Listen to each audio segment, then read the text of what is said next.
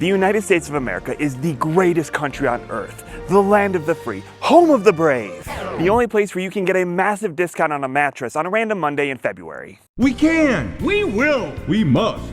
Now through President's Day, Mattress Depot USA is saying, yes, we can! But if that's all true, if the United States really is so star-spangled awesome sauce, then why are so many Americans leaving the US for places like where I live in Berlin? Well, in talking to 3 American transplants, I found out their reasons for moving to Berlin. And they range from the cost of a burst appendix to meeting the right woman at a party. I'm Joe Bauer, an American who moved abroad to Germany 10 years ago and became a naturalized German citizen. And I'm going to share my conversations with these American Berliners, why they left the United States, and whether or not they'd recommend moving abroad to other Americans. By the way, since recording these conversations, one of them is thinking about moving back to the United States. Sophia Anderson is a political cartoonist, and she met her German partner in Seattle and followed her to Berlin. But Sophia grew up in rural Washington outside of Seattle, where Trump's first election showed the strong divide in her town. I was in high school when Trump got elected, and that kind of just upspurred the entire town pretty much. It was, Confederate flags got brought into the conversation. I had classmates who were getting sent home early because they had Confederate flags on the back of their trucks. Trump's election was a turning point for Lawrence Rush as well, a composer and musical theater teacher who emigrated from the United States in 2021 after 27 years of living in New York City. I didn't really start thinking about it seriously until a certain person became president, when the feeling of the country really changed. It didn't feel the same, even though it probably was the same. We just didn't really know it. From the moment that day happened, it just felt like a different place, and it didn't feel like a hospitable place for me. I didn't want to work 60 hours a day for the rest of my life. I wanted to be able to enjoy life. I also was there was mass shootings happening. We had one school shooting where we were lucky enough that the shooter never got onto campus. But it was enough to be like, when I had a conversation with who's now my fiance, we both agreed that we will not be moving back to the US. It would be me moving here. It was a very short conversation. It was not a debate or anything. It was, there's healthcare over here. There's much more opportunities. Andrew Bulkley is a writer and stand-up comedian who's left the US a couple of times. First as a foreign exchange student, then as a financial reporter based in Frankfurt, and most recently after spending 2 years living in Portland. A return to Germany wasn't necessarily in the cards. We moved everything. We paid movers to take everything over there. We bought a house. I think or at least us as a binational couple, it was always a goal of she wanted to live in America at some point, and I did too. It was important. I wanted to show the kids America. So it was always an idea we thought about when they were little, but then when you look at daycare costs in America, there's no way. And weirdly, we missed Berlin, and then there was the Christmas market terrorist attack, and that kind of freaked us out. I don't know why. Then we realized we kind of missed Berlin. The funny thing was my family was having a great time. The kids loved school. They loved American school way better than German school. It is a much nicer atmosphere. My wife had a pretty good job. I couldn't get a job. So I couldn't get a job. I was unhappy. And then you start to realize how provincial mid-sized cities are. Portland thinks they've invented everything. And if you've been around the world, you realize actually you're just borrowing. And it gets annoying after a while. So it was sort of that. We started to worry that the kids, they'd grown up here and they're very international. And so that their worlds were going to get much smaller than they would be here. And so it's kind of all these things. And then, so we're thinking that, and then the terrorist attack happened in Berlin. And we just thought, oh yeah, actually, we really miss Berlin. You feel like we're not there to help this place that means so much to us. As if we would have done anything. We came back and tell us it was a big deal, and people that lived here were like, yeah, I guess I heard a siren or something, but I didn't really think about it.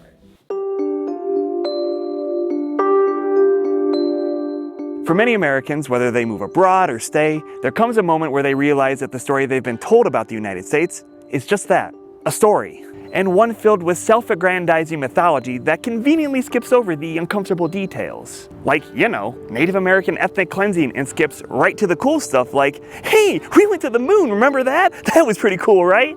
I was curious what it was like for these American transplants. When did they start turning a more critical eye to life in the United States? My idea of the US was very narrowed, but even though my parents are still pessimistic towards everything else, they still don't understand why I left. So they still somewhat think America is the best, and I think it's also that how you say it, the engravedness. That's just like you say the Pledge of Allegiance every day for how many years? Such a bonkers thing. I didn't like, after as an adult, I was like, wait, we did that I was like, every day. We did that every day. I don't remember doing it in high school, but I remember vividly doing it in like early education. I thought the Constitution was as important as the Bible. And that's when I started to become a teenager. That's when I started being surprised that cops were violating people's rights, that politicians were violating people's rights. I thought the Constitution was gold. I thought that was the gold standard. You didn't mess with that. Like, we've been able to take all the mistakes everybody else made and come up with this new document that was a better way to govern. And that, you know, the founding fathers, those are, you know, they're apostles, basically. These were these geniuses. So I believe that. And then it was when I started in high school, you sometimes had some like left-leaning teachers that started to show you the holes in that. And then just looking at the way things were developing, I realized, oh no, it isn't what I thought. But I still had that. I still have it in me today. It's just like something, it's born in you. You can't get it out. I just knew the world was bigger. And because I lived here in this exchange, I knew they did some things better here. I also knew they did some things worse. Even back in high school, I was mad that America did not do more to combat poverty. It was pretty clear to me that the biggest problem in America is poverty. And we have this weird thing that we think people who are poor are weak. And that really, really bothered me. It still bothers me.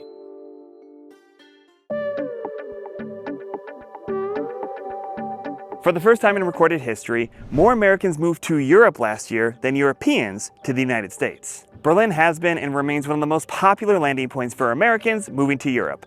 But how they arrive varies from person to person. I looked into Berlin specifically. I'd never been to Berlin, actually. But I'd been to Germany several times. But I knew the most people in Berlin of any city in Europe. So I thought, all right, let me see how this goes. And the more I looked into it, it became more and more possible. And I thought, if I don't do it now, I'll never do it. So I did it. The very original thing was in middle school, we had to select a language. And I just thought everybody takes French and Spanish. Nobody takes German. I'm going to take German to be cool. Andrew's German language skills, solidified during his time as an exchange student, came in handy when it came to finding a job with Bloomberg in Frankfurt. Weirdly, back then, nobody wanted to come to Berlin. I came to Berlin once and thought this was the best place I'd ever seen. I fell in love with the city.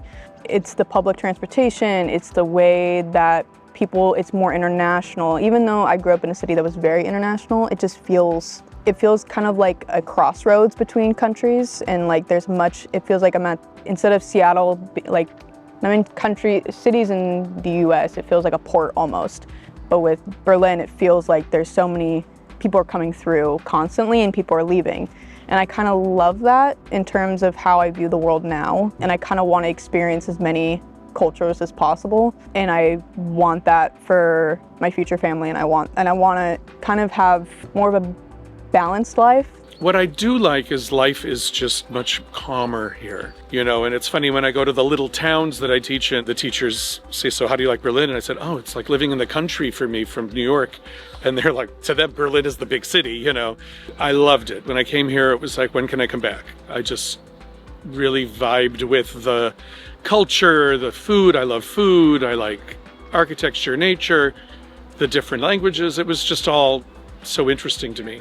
I love not having a car. It is the most, like honestly, the stress of going to sleep at night, not knowing that your car is not going to get broken into while you're asleep is the most like rewarding thing ever.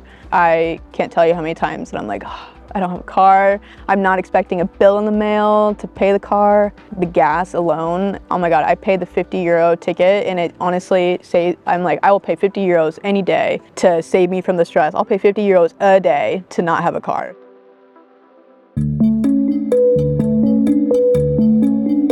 The United States is the land of immigrants, a melting pot of cultures from around the world. Modern Americans, at least those who don't descend from Native Americans, enslaved peoples, or indentured servants, which is a massive caveat I grant you, are the result of immigrants. Until recently, an American immigrant was kind of an anomaly, but as more Americans move abroad, more are realizing that they are immigrants. In my head, if you say, what are you? I say I'm American. But I'm also really German at some level. Like my life is here, a lot of things are here.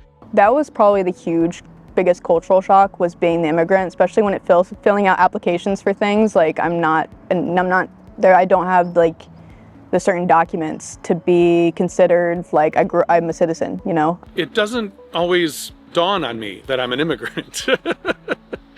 I am, And when people talk about immigrants, they're not usually talking about people from the US here. So my brain doesn't go there automatically, but it's true. I mean, this is not my country, this is not where I'm from, and this is not where my family is from. When I recorded these interviews, Germany was in the final stages of legalizing dual citizenship for non-EU citizens like myself and Andrew. So I asked him if getting that sweet, sweet maroon German passport would make him feel even more like a German. I would feel more German. Yeah. It's weird. These little symbolic things like that have more of an effect on your psyche than you think. Like, I think for years I didn't realize that. I feel like that's one thing I learned in like mid-adulthood. It does actually affect you. Like, even if you have a little tiny surgery, that kind of freaks you out. Like, it's not even like, you know, it's nothing. Yeah. But it freaks you out. And it's like these things, they actually do function. I would be like, oh, you know, I am. I mean, I always joke. I say the reason I want it is so I don't have to go on a long line at the airport. You know, like, that's it. But at some level, no. Then you would be like, no, I belong to this country. With the videos I make on this channel, I get a lot of the same hyperbolic comments. The US is a third world country. You couldn't pay me to live in the US. And America is the worst country you can life? You get the point. And although I criticize the United States pretty voraciously on this channel, I'll admit I get a little defensive when people bash the country and the entirety of its 340 million populace based solely on what they know of the United States as a glorified reality television show they see on the news. The United States of America was once a promising dream for many. So I was wondering if any of my fellow Americans felt a similar kind of sibling defensiveness despite having left the US themselves. I do get defensive. I'm trying to think of what I would get defensive about, but I do feel like almost frustrated when people insult the US, even though I'm like, that's valid. You could, but you're also, it's like, but you're not from there. I feel like I can only make fun of the US because I am from there and I have experienced it for how many years. Some of the stuff is true, you know, that they're hearing. But what I do tell them, and it's true, the US is a beautiful country. That aspect of it, to me, is enough to tell people you should experience it and go, you know. So I defend it in a way, you know. It's like, yeah, you're right. There's a lot of problems, but it is a beautiful country. Now, part of the reason we moved back, honestly, you think people are opening their front door and dodging bullets. And I thought, I kind of want to see because when I go there on vacation, it doesn't feel like that. And I thought, I want to see what it's really like. I want to be there. I don't want to have to look at through the CNN lens or the German media lens. I want to go back and see.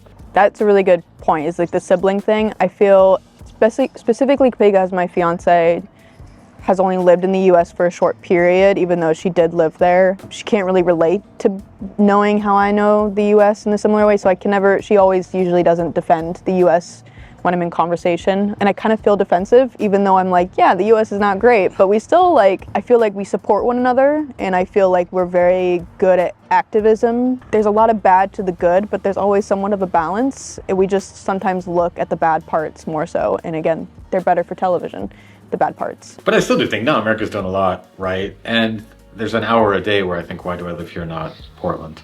And so why do you live here, not Portland? This is the thing, like, people, like, online, you know, people act like, oh, I moved to Berlin, it was some big ideological decision. I weighed, you know, the politics and that. You know what, like, I moved to Berlin, I met this woman, I fell in love with her, we had kids. And then we thought about it a little bit, but then when you have small children, you can't move back to America. Where are you going to find a job that's going to pay you enough to pay for daycare, where you're living in a country that hands you daycare for free? Then I thought about buying an apartment. At that time, they were trying to renovate Berlin. The government was going to give me several $1,000s a year just to buy a place. So when you just did the math, you're like, well, we're stuck here for at least 5 or 6 years till the kids get out of daycare age. And then, you know, 5 years with kids and everything, your life is so solid, you can't move. Like, it would have taken a lot of effort. And so, I mean, like, oh yeah, I made this ideological, no, I went out partying and met a woman, you know, that's what happened. Although I always say that the grass has been greener for me in Europe with how I like to live, that doesn't mean it's easy. I've touched on some of the challenges in previous videos that tend to get brushed over in under the Tuscan sun-esque romanticized notions of moving to Europe. But in the end, the consensus seems to be, it's worth it. Any American should come to Berlin. I think it's a huge 180 compared to the US. If you're coming from Tennessee, oh my gosh, or Oklahoma or anything, I think Seattle, growing up in Seattle, I had more of an art scene, and I kind of dig that about Berlin because it's such a huge art scene, and I kind of felt at home at times with it. But at the same time, if you're gonna come to Europe, I think Berlin should be on the #1 list, just because it's so easy to commute, it's so easy to travel. There's so many Americans in Berlin, even if you're not trying to find them. Like you said, you'll eventually find one accidentally. But otherwise, it's just a good atmosphere, and everybody's welcoming, even though they're German and it might be a little bit colder. We don't really have the service industry here. I'll say I came from New York and they're like, wow, why'd you come here? You know, visiting New York is very different than living in New York. When I tell them in more detail the things that were going on there, they're like, okay, they get it. Since recording these interviews, Lawrence shared that he's seriously considering a move back to the United States. But that's part of the immigrant experience. People do go back, but for Andrew and Sophia, they're definitely here for the long haul. We will never move back to the US, that's for sure. I could see us visiting at times, but there has been incidents where she has come to the US and we thought her appendix broke, her appendix burst. And we called the hospitals and they were gonna charge her $30,000 for the surgery because the travel insurance, the US doesn't take it. And we called Germany and they're like, what are we gonna do? They wanted to put her back on a plane to bring her back here to get treated by at least European doctors. They didn't want her to be treated in the US. With that, yeah, we probably will definitely stay in Berlin. Now, the natural question I always get is why and how I left the United States. For me, my reasoning is similar to Lawrence, Sophia, and Andrew. If you want to know how I left, watch this video hovering somewhere over my left shoulder.